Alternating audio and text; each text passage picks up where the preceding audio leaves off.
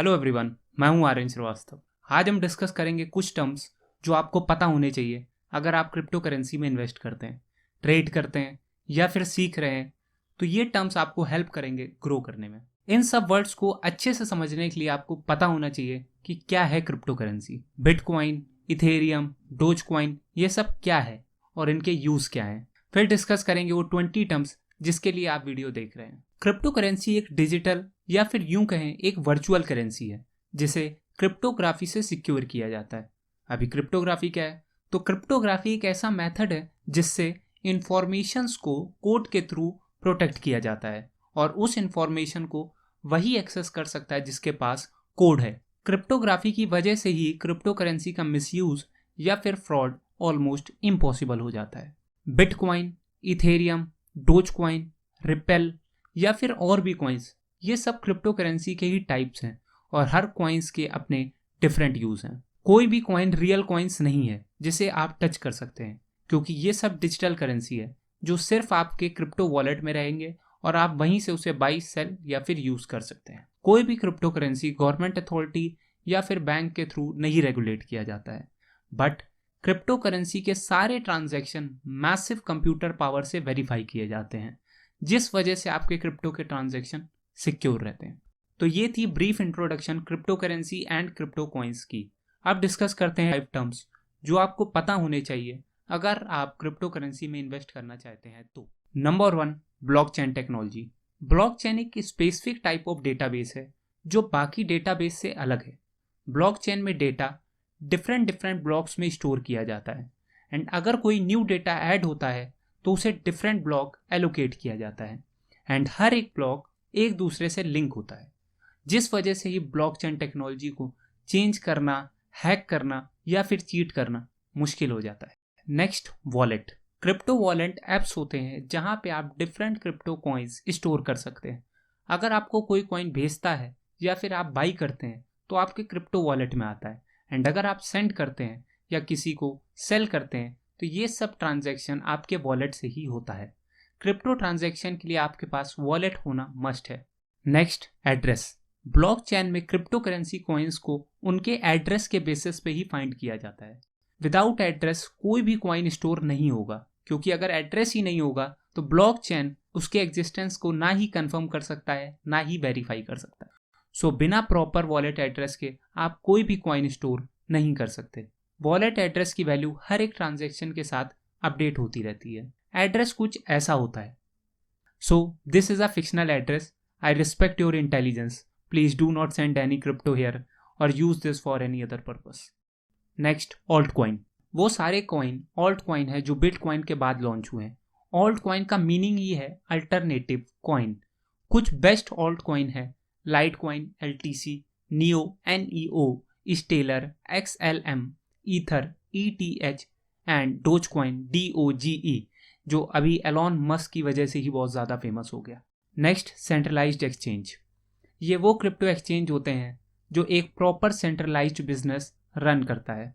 Decentralised exchange, इन exchanges में कोई intermediate नहीं होता है। इसमें crypto transaction direct peer to peer securely होता है। Decentralised finance, DeFi basically term है उन सर्विसेज के लिए जो पब्लिक ब्लॉकचेन आपको ऑफर करता है, लाइक ट्रेडिशनल बैंक। डेफी आपको हेल्प करता है borrow, lend and interest earn करने में। बेसिकली डेफी बैंक है ब्लॉकचेन स्पेस में। Next, decentralised apps. D apps वो एप्स या प्रोग्राम्स होते हैं जो ब्लॉकचेन में या फिर P2P means peer to peer computer में वर्क करते हैं instead of single computer. Distributed ledger technology, DLT basically digital decentralised database हैं जिसे मल्टीपल पार्टिसिपेंट्स मैनेज करते हैं across different nodes. Next, non fungible tokens, NFTs, unique digital assets होते हैं जो ब्लॉकचेन में बेस्ड होते हैं और कुछ भी हो सकते हैं, like piece of art, sports, photos, videos या फिर इवन अ ट्वीट। जैसे ब्लॉकचेन में आप क्रिप्टो एक्सचेंज कर सकते हैं, वैसे ही आप एक NFT से दूसरा NFT भी एक्सचेंज कर सकते हैं। Next and very important, mining. वो प्रोसेस जिससे डिफरेंट ट्रांजैक्शन ब्लॉकचेन में वेरीफाई किए जाते हैं या फिर डिजिटल करेंसी की न्यू यूनिट को बनाया जाता है, उसे माइनिंग कहते हैं। एंड जब भी कोई भी ब्लॉक माइन किया जाता है, लाइक बिटकॉइन माइन किया जा रहा है, तो सिस्टम एक न्यू बिटकॉइन जनरेट करेगा एंड ऐसा ही सारे कॉइन्स के साथ होता है। नेक्स्ट, पब्लिक की एंड प्राइवेट की। पब्लिक की आपको अलाउ करता है क्रिप्टो करेंसी ट्रांजैक्शन को रिसीव करने में। पब्लिक की बेसिकली क्रिप्टोग्राफिक कोड होता है जो कि प्राइवेट की से पेयर होता है। पब्लिक की के थ्रू आपको कोई भी ट्रांजैक्शन सेंड कर सकता है, बट आपको प्राइवेट की चाहिए उस ट्रांजैक्शन को अनलॉक करने के लिए, एंड प्राइवेट की सिर्फ ओनर के पास होती है, एंड इसी फीचर की वजह से ब्लॉकचेन के ट्रांजैक्शन बिल्कुल सिक्योर रहते हैं। फिएट, ऑफिशियल नेशनल करेंसी या फिर जो गवर्नमेंट इशू करती है, like US dollar, Canadian dollar, euro, Japanese yen and Indian rupees INR etcetera, ये करेंसी को कोई भी कमोडिटी लाइक गोल्ड बैक नहीं करती है, इसे फिएट करेंसी कहते हैं। गैस, बेसिकली फीस या फिर प्राइसिंग वैल्यू होती है जो कि रिक्वायर्ड होती है हर एक सक्सेसफुल ट्रांजैक्शन के लिए। गैस इथेरियम टोकन का ही फ्रैक्शन होता है जो कि माइनर्स को पे किया जाता है। इनिशियल कॉइन ऑफरिंग ICO वैसे ही होता है जैसे स्टॉक मार्केट में इनिशियल पब्लिक ऑफरिंग IPO होता है, जिसमें आप पब्लिक से फंड कलेक्ट करते हो। वैसे ही ICO में न्यू कॉइन के लिए आप इनिशियल कॉइन्स ऑफर करते हो उस कॉइन के लिए जिसे आप बना रहे हो।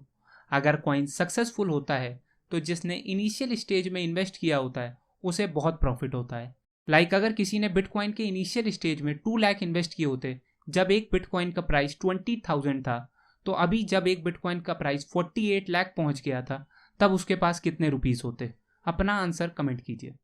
Next, seed, list of words जो वो सारी इंफॉर्मेशंस को स्टोर करते हैं जो बिटकॉइन को रिकवर करने के लिए ज़रूरी हैं। जब भी आप अपना वॉलेट अकाउंट बनाते हैं तो वो सीड फ्रेज जनरेट करता है जिसे आप पेपर में लिख के सिक्योर रख सकते हो, एंड इन केस कॉइन खो जाता है तो आप अपने 12 to 16 वर्ड्स के सीड फ्रेज से रिकवर कर सकते हैं। And don't share your seed phrase with anyone. Proof of authority POA एक एग्रीमेंट बेस्ड एल्गोरिदम है जो ब्लॉकचेन के साथ यूज की जाती है फास्ट ट्रांजैक्शन की डिलीवरी के लिए, जो यूजर की आइडेंटिटी के बेसिस पे वर्क करती है। Proof of work POW algorithm help करती है ट्रांजैक्शन को कंफर्म करने में एंड चेन में न्यू ब्लॉक को ऐड करने में। विद POW जो माइनर्स कॉइन माइन करते हैं वो एक दूसरे के साथ compete करते हैं एंड रिवॉर्ड अर्न करते हैं। प्रूफ ऑफ स्टेक POS के थ्रू पर्सन कॉइन्स को माइन कर सकता है जितने कॉइन उसने होल्ड किए हैं उस बेसिस पे। मींस अगर आपने ज़्यादा कॉइन होल्ड किए हैं तो आपके पास ज़्यादा पावर है कॉइन्स को माइन करने की। एंड लास्ट, वेल, नहीं वो पानी वाली वेल नहीं जो बहुत बड़ी सी होती है। क्रिप्टो में वेल उन एड्रेसेस को बोलते हैं जिनके पास सबसे ज़्यादा बिटकॉइंस हैं। 2000 बिटकॉइन वेल एड्रेस हैं जिसमें सिर्फ 3 एड्रेसेस में 1 लाख से ज़्यादा बिटकॉइन है। जस्ट कैलकुलेट, जिसके पास 1 लाख बिटकॉइन है तो उसके पास कितना पैसा होगा। जब मैं रिकॉर्ड कर रहा हूँ उस समय एक बिटकॉइन का प्राइस 27 लाख है, जो अभी कुछ टाइम पहले 48 लाख तक पहुँच गया था। मीन्स 1 लाख इंटू 27 लाख और 48 लाख। कैलकुलेट करके आंसर कमेंट कीजिए। ये थे 20 वर्ड्स। आई होप आपको पसंद आए होंगे। एंड जैसा कि मैंने डिस्कस किया कि क्रिप्टो को बाई सेल करने के लिए आपका क्रिप्टो वॉलेट होना ज़रूरी है। एंड अगर आप क्रिप्टो की फील्ड में एंट्री करना चाहते हैं तो डिस्क्रिप्शन बॉक्स में दिए गए लिंक से अकाउंट बनाइए एंड मेरा कोड यूज़ करिए जिससे आपको कुछ रुपीज़ का फ्री बिटकॉइन मिल सकता है। एंड अगर आप 10 लाइफ चेंजिंग बुक्स को बाई करना चाहते हैं 49 रुपीज़ में, तो डिस्क्रिप्शन बॉक्स में दिए गए लिंक से बाई कर सकते हैं। बुक्स का डिटेल एक्सप्लेनेशन वीडियो आई बटन में मिल जाएगा। टिल देन आप साइड में केस स्टडी या फिर बुक्स की वीडियो को देखिए एंड नॉलेजेबल कंटेंट के लिए सब्सक्राइब कीजिए हमारे चैनल को। Thank you.